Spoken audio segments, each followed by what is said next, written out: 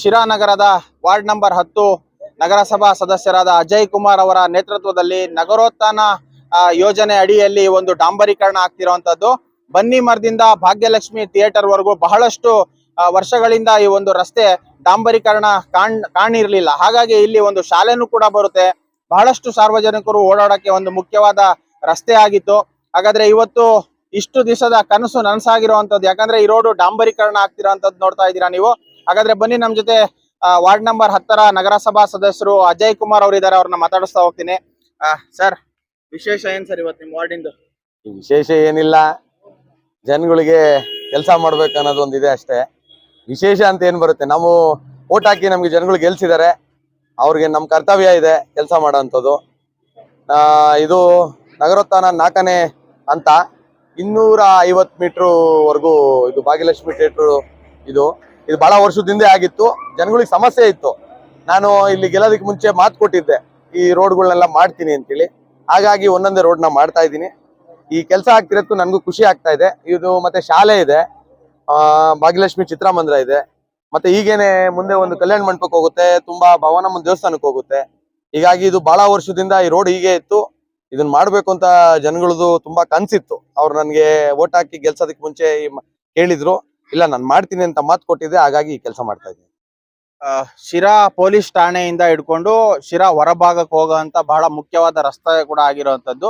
ಪ್ರತಿ ವರ್ಷನೂ ಒಂದು ದೇವಸ್ಥಾನದ ಕಾರ್ಯಗಳು ಬನ್ನಿ ಮಂಟಪದ ಕೆಳಗಡೆ ನಡೆಯುವಂತದ್ದು. ಬಹಳಷ್ಟು ಕಿರಿಕಿರಿ ಉಂಟಾಗಿರುವಂತಹ ಒಂದು ರಸ್ತೆ ಆಗಿತ್ತು ಇದು. ಈಗ ಡಾಂಬರೀಕರಣ ಕಾಣಿಸ್ತಿರುವಂತದ್ದು. ಅದು ಅಜಯ್ ಕುಮಾರ್ ಅವರು ಮಾಡಿರೋದು ಒಂದಲ್ಲ, ಇನ್ನು 31 ವಾರ್ಡಲ್ಲೂ ಕೂಡ ಇಂತಹ ಒಂದು ಅಭಿವೃದ್ಧಿ ಕಾರ್ಯಗಳನ್ನು ಶಾಸಕರಾಗಿರುವಂತಹ ಜಯಚಂದ್ರ ಅವರ ನೇತೃತ್ವದಲ್ಲಿ ಆಗ್ಬೇಕು ಅನ್ನೋದೊಂದು ಎಲ್ಲಾ ವಾರ್ಡ್ಗಳಲ್ಲೂ ಕೂಗಿದೆ ಸರ್. ಇದ್ರ ಬಗ್ಗೆ ಹೇಳೋದಾದ್ರೆ, ಇಲ್ಲ, ಜಯಚಂದ್ರ ಅವರು ಈಗಾಗಲೇ ಎಲ್ಲಾ ವಾರ್ಡ್ಗಳಲ್ಲಿ ಕೆಲಸ ಮಾಡ್ಬೇಕಂತೇಳಿ ಸೂಚನೆ ಮಾಡಿದ್ದಾರೆ. ನಗರಸಭಾ ಅಧಿಕಾರಿಗಳಿಗಾಗಿರ್ಬೋದು, ಎಡಬಲ್ಲಿಗೆ ಮತ್ತೆ ಎಲ್ಲ ಇದನ್ನು ನಗರೋತ್ಥಾನ 4ನೇ ಹಂತದ್ದು ಯಾಕೆ ಕೆಲಸ ಸ್ಟಾಪ್ ಆಗಿದೆ ಅಂತ DC ಅವ್ರಿಗೆಲ್ಲ ಮಾತಾಡಿದ್ದಾರೆ.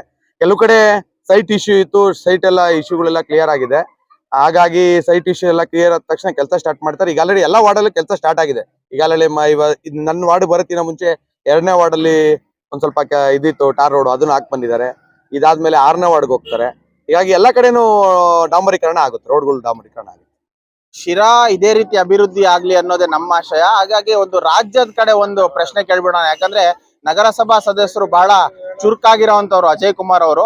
ಅವ್ರನ್ನ ಒಂದ್ ಸ್ವಲ್ಪ ರಾಜ್ಯದ ಕಡೆ ಕರ್ಕೊಂಡು ಹೋಗಿ ಬರೋಣ ಸರ್. ನಿನ್ನೆಯಿಂದ ಜಟಾಪಟಿ ನೋಡ್ತಾ ಇದೀವಿ, ಇದು ಎಲ್ಲಿಗೆ ಬಂದು ನಿಲ್ಲುತ್ತೆ? ಯಾವ್ದ್ರ ಬಗ್ಗೆ? ಸಿದ್ದರಾಮಯ್ಯ ಅವರ ಮೂಢ ಹಗರಣ. ಇದು ನಿನ್ನೆ ಕಾಂಗ್ರೆಸ್ ಸಮಾವೇಶ ಮಾಡುತ್ತೆ, ಇವತ್ತು ಬಿಜೆಪಿ JDS ಮೈತ್ರಿ ಸಮಾವೇಶ ಮಾಡುತ್ತೆ. ಇದು ಈಗ ಏನಾಗಿದೆ ಅಂದ್ರೆ, ವಿರೋಧ ಪಕ್ಷದವ್ರಿಗೆ ಕೆಲಸ ಇಲ್ಲ. ಏನಾಗಿದೆ ಅಂತ ಅಂದ್ರೆ, ಈಗ ಆಲ್ರೆಡಿ ಅಲ್ಲೇ ಸಿದ್ದರಾಮಯ್ಯನವರು, DK ಶಿವಕುಮಾರ್ ನೇತೃತ್ವದಲ್ಲಿ ಬಂದಿರುವಂತ ಕಾಂಗ್ರೆಸ್ ಸರ್ಕಾರ ಜನಪರವಾಗಿ ಕೆಲಸ ಮಾಡ್ತಾ ಇದೆ. ತುಂಬಾ ಗ್ಯಾರಂಟಿಗಳು ಕೊಟ್ಟಿದ್ದಾರೆ. ಹಾಗಾಗಿ ಜನಗಳು ನಮ್ಮನ್ನ ಮರ್ತೋಗ್ಬಿಡ್ತಾರೆ ಅನ್ನೋ ಒಂದು ಉದ್ದೇಶದಿಂದ ಈ ತರದೆಲ್ಲ ಮಾಡ್ತಿದ್ದಾರೆ. ಅದೆಲ್ಲ ಸತ್ಯ. ಈಗ ಸತ್ಯನ ಹೊರಗೆ ಬಂದೇ ಬರುತ್ತಲ್ವಾ. ಈಗ ನೇರವಾಗಿ ಜನಗಳ ಮುಂದೆ ಕಳಂಕರಹಿತ ರಾಜಕಾರಣಿ ಅಂತೇಳಿ ಸಿದ್ದರಾಮಯ್ಯನವ್ರನ್ನ ಎಲ್ಲಾರು ಜನಗಳು ಒಪ್ಪಿ, ನಿನ್ನೆನೆ ಸಮಾವೇಶದಲ್ಲಿ ಜನ ನೋಡಿದ್ದಾರೆ. ಜನ ಯಾವ ಮಟ್ಟಕ್ಕೆ ಜನ ಇತ್ತು ಅನ್ನೋದು ಗೊತ್ತಾಗುತ್ತೆ ಅಂದ್ರೆ ಕಳಂಕರಹಿತ ರಾಜಕಾರಣಿ ಅಂತ ಗೊತ್ತಾಗೋದು. ನನ್ನ ಅಂದಾಜಿಗೆ ನಾನು ಹೋಗಿದ್ದೆ, ಕನಿಷ್ಠ ಪಕ್ಷ 8 ರಿಂದ 10 ಲಕ್ಷ ಜನ ಸೇರಿದ್ರು. ಇದು ಈ ತರದ್ದು ಸಮಾವೇಶ ಇದು 2ನೇದು. 2023 9ನೇ ತಾರೀಕು ದಾವಣಗೆರೆಯಲ್ಲಿ ನಡೆಯುತ್ತೆ ಸಿದ್ದರಾಮ ಮಹೋತ್ಸವ. ಅವತ್ತು ನಡೆದಾದ್ಮೇಲೆ 1 ವರ್ಷದ ನಂತರ ಈ 2024 ಆಗಸ್ಟ್ 9ನೇ ತಾರೀಕು ತಿರ್ಗಾ ನಡೆದಿದೆ. ಹಾಗಾಗಿ ನಿನ್ನೆ ಬೇರೆ ಕ್ವಿಟ್ ಇಂಡಿಯಾ ಒಂದು ಗಾಂಧೀಜಿಯವ್ರು ನಡೆದಂತ ಒಂದು ಸ್ವಾತಂತ್ರ್ಯದ ಒಂದು ಹೋರಾಟ ಇತ್ತು. ಅವತ್ತಿನ ದಿವಸನೇ ಸಿದ್ದರಾಮಯ್ಯನವ್ರು ಮಾಡಿದ್ರು. ಸಿದ್ದರಾಮಯ್ಯನವರು ತುಂಬಾ ಒಳ್ಳೆ ವ್ಯಕ್ತಿ ಇದ್ದಾರೆ, ಜನಗಳ ಪರವಾಗಿ ಕೆಲಸ ಮಾಡ್ತಾ ಇದ್ದಾರೆ. ಹಾಗಾಗಿ ವಿರೋಧ ಪಕ್ಷದವ್ರು ನಮ್ಮನ್ನ ಮರ್ತೋಗ್ಬಿಡ್ತಾರಲ್ಲ ಒಂದು ಉದ್ದೇಶದಿಂದ ಸುಮ್ಮನೆ ಮಾಡ್ತಿದ್ರೆ ಅದೆಲ್ಲ ಏನು ಆಗಲ್ಲ. ಇದನ್ನ ಏನಾಗಿದೆ ಅಂದ್ರೆ ಕೆಲಸ ಮಾಡೋರ್ಗೆ ತೊಂದರೆ ಕೊಟ್ಟಂಗೆ ಅಷ್ಟೇ. ಓಕೆ, ನೋಡಿದ್ರಲ್ಲ ಸ್ನೇಹಿತರೆ, ಶಿರಾ ಕ್ಷೇತ್ರ ಇದೇ ರೀತಿ ಅಭಿವೃದ್ಧಿ ಆಗ್ಲಿ ಅನ್ನೋದು ನಮ್ಮ ಆಶಯ. ಅದೇ ರೀತಿ ರಾಜ್ಯ ರಾಜಕಾರಣದಲ್ಲಿ ಯಾವುದೇ ಕಾರಣಕ್ಕೂ ಸಿದ್ದರಾಮಯ್ಯ ಅವ್ರನ್ನ ಅಲ್ಲಾಡ್ಸಕ್ ಆಗಲ್ಲ ಅನ್ನೋ ಮಾತನ್ನ ನಗರಸಭಾ ಸದಸ್ಯರು ಹೇಳ್ತಾರೆ. ಯಾಕಪ್ಪ ಅಂತಂದ್ರೆ, ಈಗ ಒಂದು ರಾಜ್ಯದಲ್ಲಿ ಸರ್ಕಾರ ರಚನೆ ಆಗ್ಬೇಕು ಅಂತ ಅಂದಾಗ ಕೆಳಮಟ್ಟದಿಂದ ನಾವು ಹೋಗ್ಬೇಕು. ಯಾಕಂದ್ರೆ ಗ್ರಾಮ ಪಂಚಾಯತಿ, ತಾಲೂಕ್ ಪಂಚಾಯತಿ, ನಗರಸಭೆ ನಾವೆಲ್ಲ ಆಯ್ಕೆ ಮಾಡಿದಾಗ ಒಂದು ಸರ್ಕಾರ ನಡೆಯುತ್ತೆ. ಆದ್ರಿಂದ ನಗರಸಭಾ ಸದಸ್ಯರ ಬಾಯಿಂದ ಏನ್ ಬರುತ್ತೆ ಅನ್ನೋದು ಒಂದು ಕೇಳುವಂತ ನಮ್ಮ ಒಂದು ಪ್ರಶ್ನೆ. ಹಾಗಾಗಿ ನೋಡ್ತಾ ಇರಿ ಸಿರಾ 24 ನ್ಯೂಸ್. ನಾನು ನಿಮ್ಮ ಬರ್ಗೂರ್ ಅರ್ಷದ್.